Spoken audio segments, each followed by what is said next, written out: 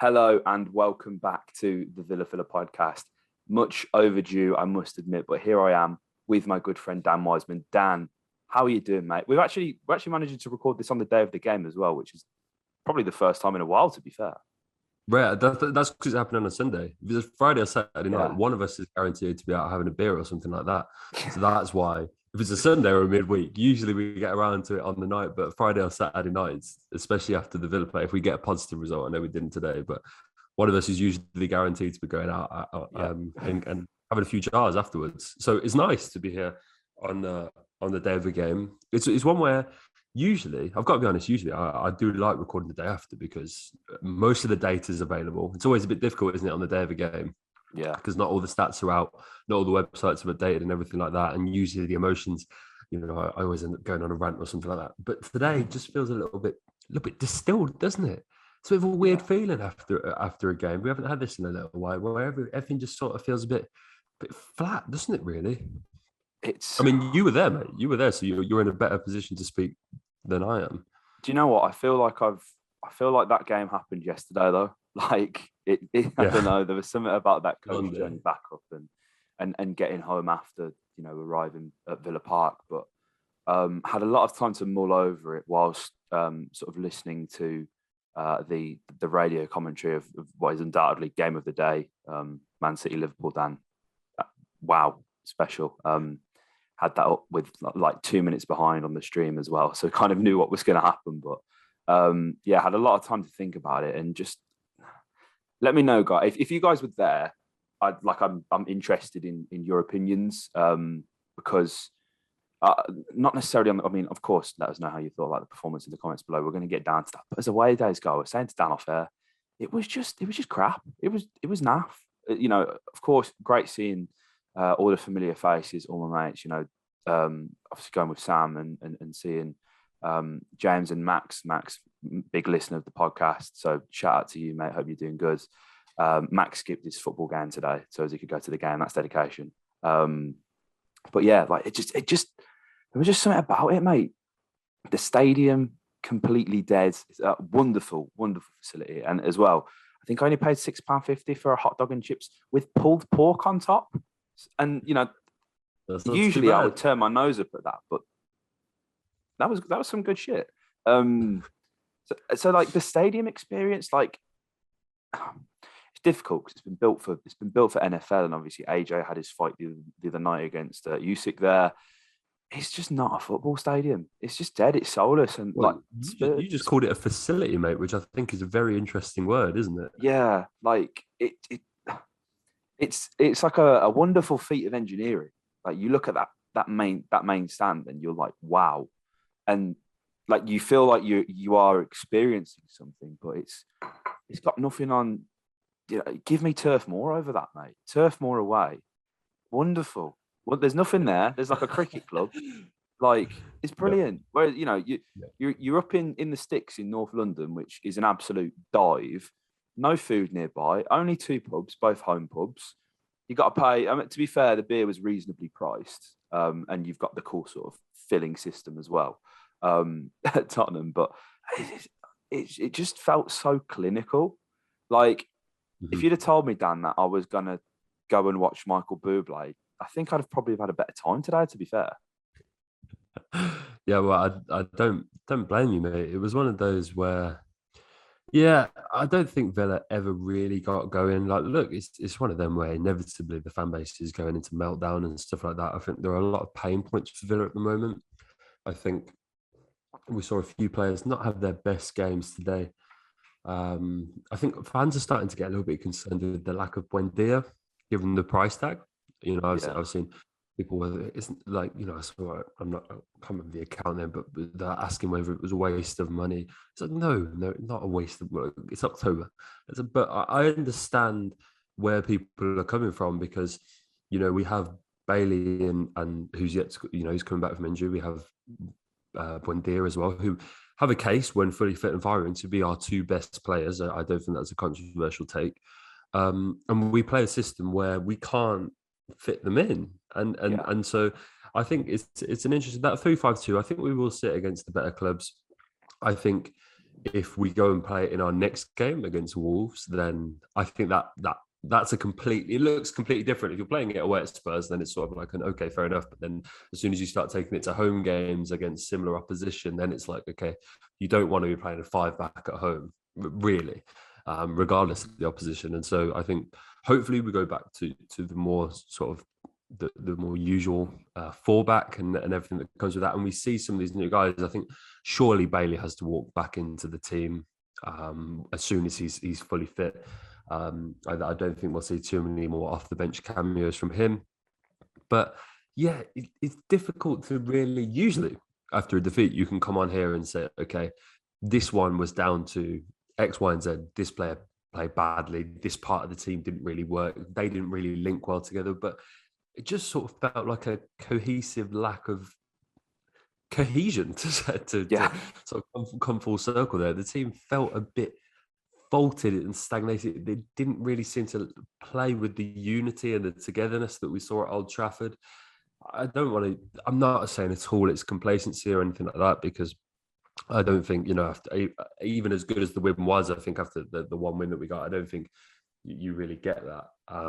But yeah, it was an odd one, mate, wasn't it? Especially because I think you and most of the Villa fans that were heading down to North London would have felt like Spurs were there for the taking, perhaps. Yeah, I mean, I think we mentioned it after the Everton game, didn't we? Like, we don't expect Villa to rest, or we hope that Villa aren't, sort of resting their hat on 3-5-2. I don't think that's going to happen, and you don't go and sign two wingers in the summer to just not play them. Like, that's just not how like the recruitment works. Like, it's a fine option against certain teams, and like it works well against Everton to an extent, and United as well. Obviously, we haven't spoken about United, Dan, because we were both so busy. But I'm sure we'll probably come on to that a bit later on, just to sort of briefly touch on that. But I felt with the 3-5-2 formation, with all that being said, it was the correct way to go, assuming Spurs would match us up. When Spurs are playing a 4-2-3-1 and they're just in acres of space behind our wing backs, acres of space. So it is seriously wrong, because the roles of I'm not digging anyone out in particular, because I think overall it was poor. There's no sort of standout. It's this person's fault. It's that person's fault. I think it probably rests on Dean today, and the sort of the complacency with the substitutions, maybe having too much faith in the team he put out. But the role of Cash and Target, not only so in the defensive phases, is to get Villa forward, but when Spurs have the ball, Cash and Target have to keep Reguilon and Emerson pinned back, and that just didn't happen, Dan. That didn't happen. There was fundamental issues with the fullbacks for me, and there was too many times where both Cash and Target, again, not digging them out, but a cross would get put in or a tackle would get made, and maybe the second bounce just didn't quite fall for Villa, and all of a sudden Spurs are gone, and these guys are just standing there. And for me, if it's completely impossible to like make a recovery, I understand. Maybe do the fake trot and get back. Do you know what I mean? But I watched Danny Ings, Dan, run 50 yards and outpace Matt Target, who's running at full sprint, to block across from Lucas Moura. 50 yards. Like, Danny, again, I find myself every podcast, Dan, raving about the work ethic, and I think we've not truly give him credit for this before, obviously, coming to Villa. The amount of effort this man puts in off the ball, he's phenomenal. But that isn't his job. Like, he shouldn't be doing that. So when I see our striker running 50 yards to block across, you really do have to question the role of the fullbacks. And to speak on Ings again, I know we've gone and signed him for this money, and we've signed Watkins for a lot of money. I think it has to be one or the other. I don't think 3-5-2 works for Ings. It doesn't get the best out of him. You either, these guys have to fight it out for the one striking position for me, Dan. What do you think on that? Because I find Ollie more often than not, and the heat maps will show. I know obviously he's coming back from injury. He's putting himself about and he's finding himself in similar situations to where he was last season. The difference being he had a certain superstar putting it on a plate for him more often than not. And I think the roles have kind of reversed, and Ollie is filling that gap. And we've seen today that goal is massive for Watkins, Dan. Regardless of the performance, it's a big goal for him. Yep. I just feel like I want to see the two up front work. For me, Villa have to play 4-2-3-1. Dan, it's the best system. It's our most comfortable system, and I feel like it gets the best out of nearly everyone in this squad. Yeah, absolutely. The problem is that we're in a very peculiar situation whereby Aston Villa have rarely in, I want to say, the last 20 years been in a position where we've got players that feel too good to be on the bench.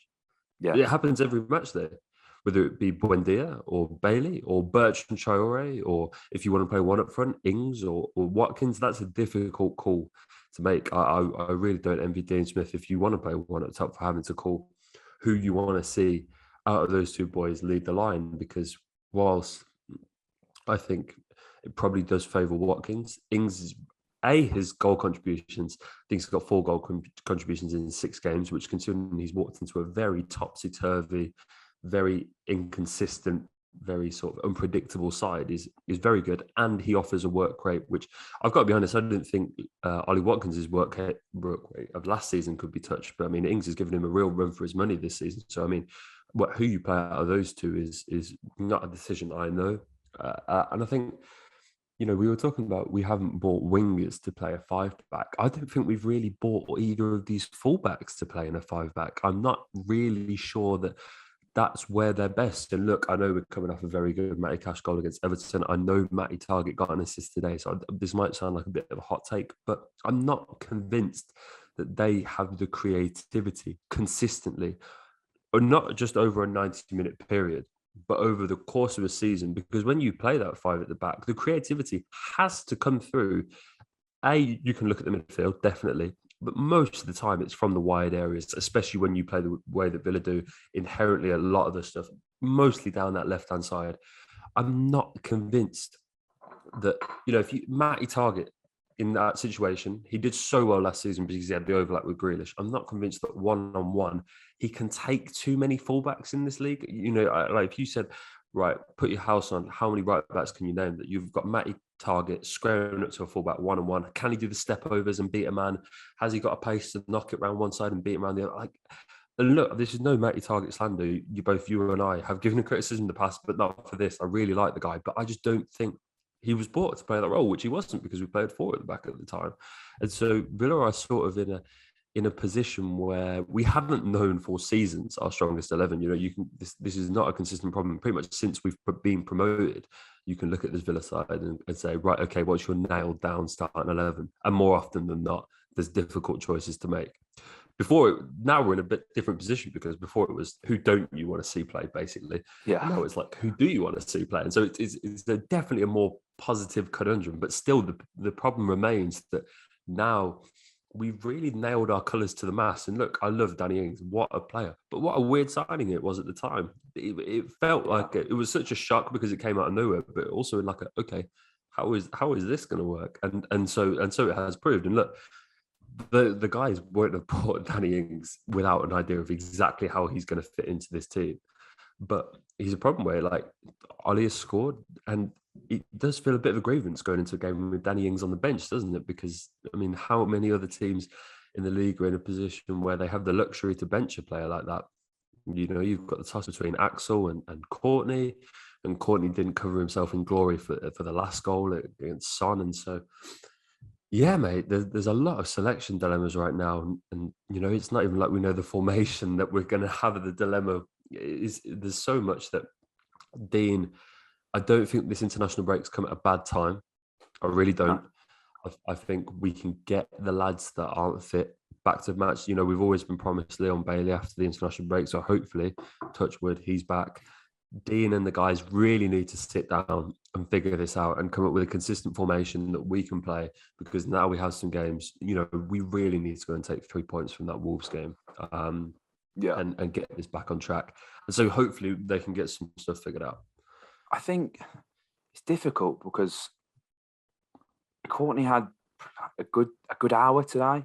I think he did quite well to, marshalling Kane, to talk that second Spurs goal.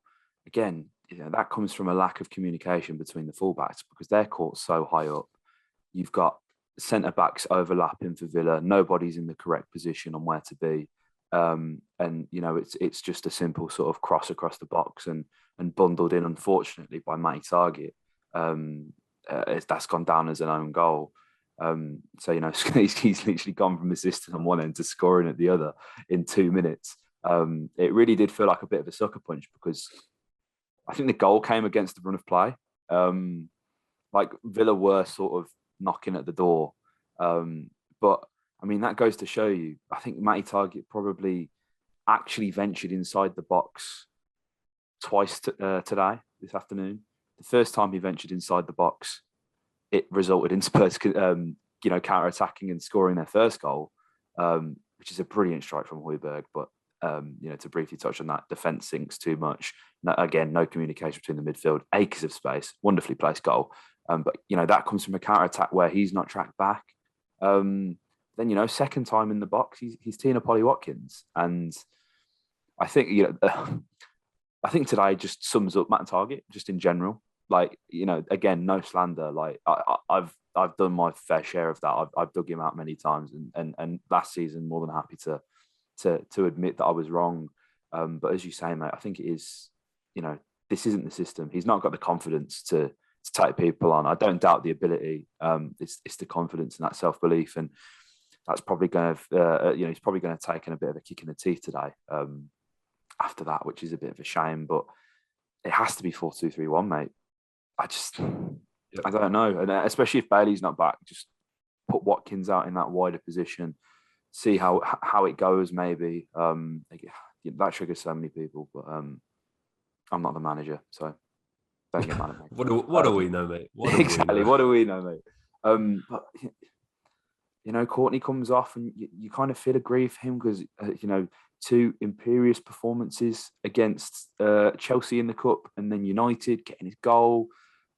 Defence really looked impregnable for a couple of games. I don't know, mate.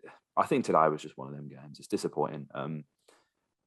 We definitely didn't deserve anything from this. I don't think Villa deserved the point. The chances that that Villa had were very few and far between.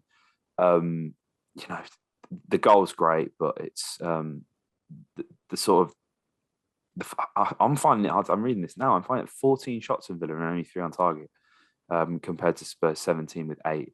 And the XG to speak about that because I think I forgot last time. Or I think you mentioned XG last time. I did. It was on me last time.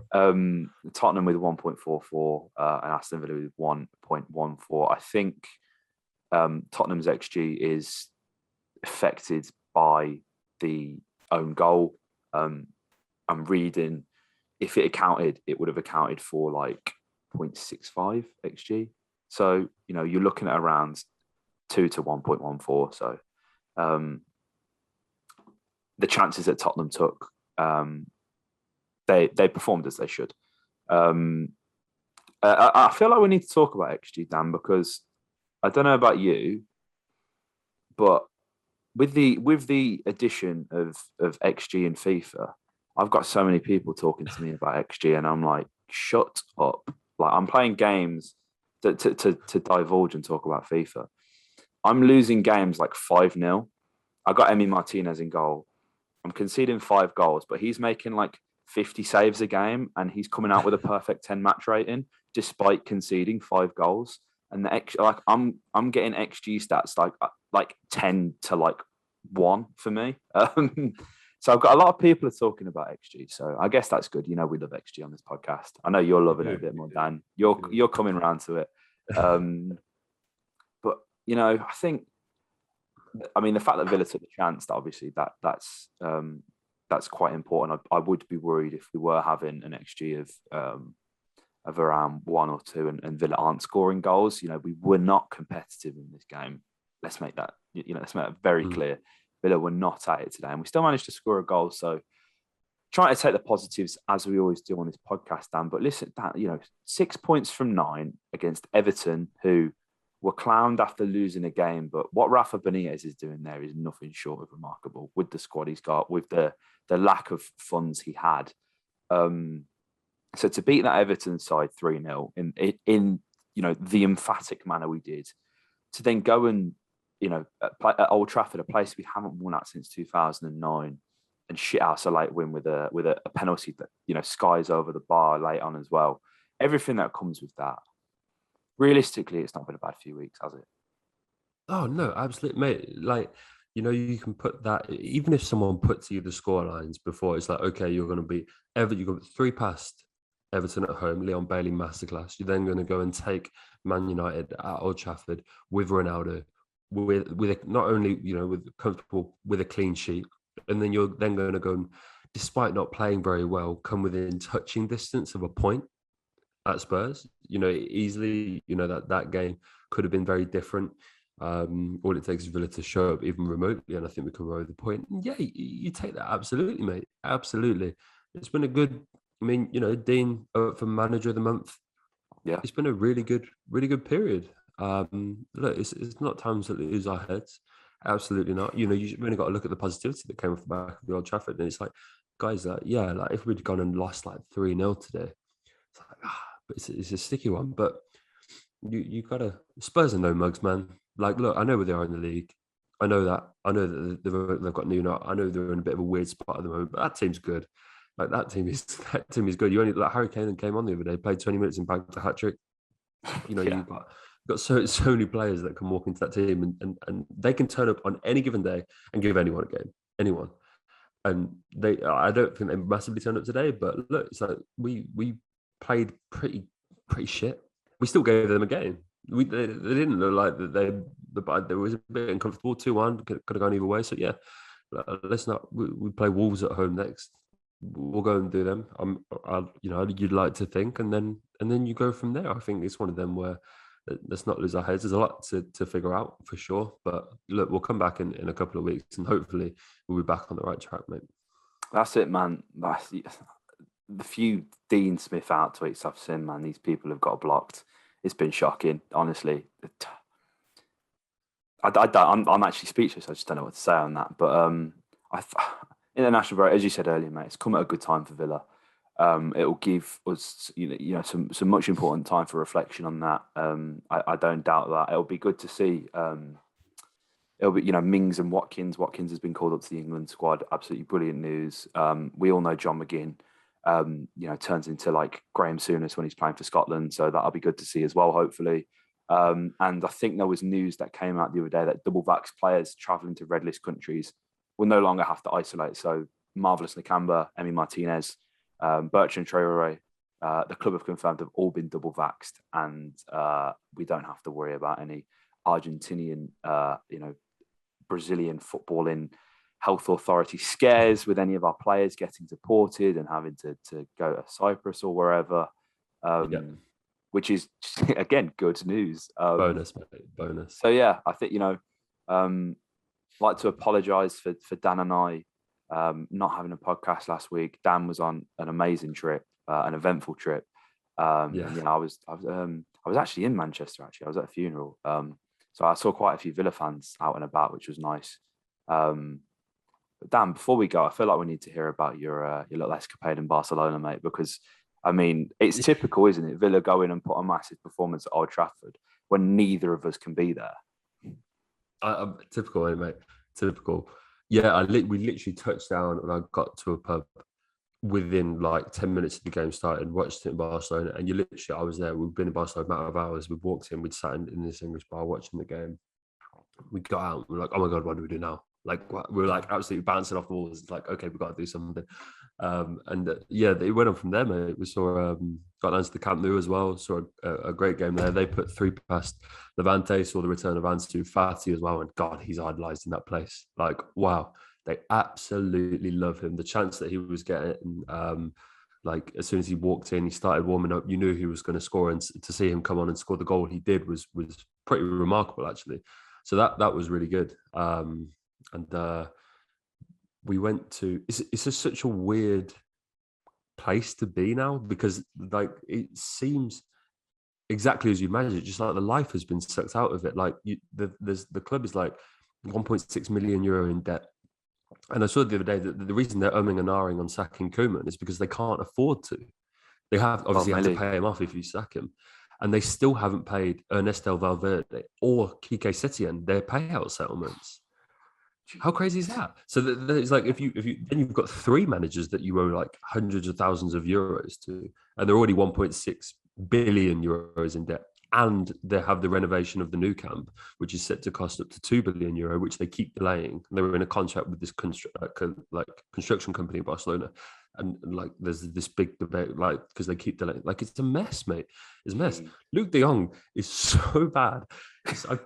I actually feel sorry for him, man. Like it's like a competition winner playing up there, like Memphis and Ansu Fati, and they've got some good players like Nico Gonzalez and stuff like that coming through. But yeah, weird club to be at. And so yeah, I'm looking forward to being back at Villa Park, mate, because the new camp was a bit of a weird place to be, actually. Mate, Villa Park's going to be rocking when it gets to Wolves. So absolutely, we'll have to see what happens with the international break. I feel like Dan, do you know what? It's been a while. We haven't done Football Manager. I feel like when Football Manager comes out, we need to bring back Morgan. Yes, get back into it. We need to sort that out. So if that's something you guys want to see, let us know in the comments, because we love like the interaction that we got with you guys doing that. It was really nice having just like questions come in and stuff, and being able to like talk to you guys directly. Because you know we do this over Zoom. Like all you guys are listening on YouTube, we don't really get to, you know, there's no way we can sort of like quantify or amplify that, you know, that feeling of interaction. So it's good when we're doing the stream. So I think we may do something on that, depending on when the new Football Manager game comes out. And yeah, if anything pops up, you know, you will see our faces in your YouTube recommended. And I think, damn, we're so close to 5,000 subscribers. I think we passed 4,700 the other day. I'm checking right now. Let's get it up. No, my YouTube app's not showing it. This is a pain. YouTube Studio, that'll tell me. Yeah, there we are. Oh no, I think we've lost a few actually. 4,688. Guys, 5,000 subscribers. Don't forget, because we haven't. When we hit 5,000 subscribers, we have a whole host of things to be given away. So you want to hit subscribe if you're not already, and make sure that you hit that with the bell notification on. That way you'll never miss a video, a post, a picture, whatever we do on our community page and on the channel. So yeah, if you enjoyed this podcast, hit a like, comment your thoughts below on the game, and subscribe for more content. Up the Villa.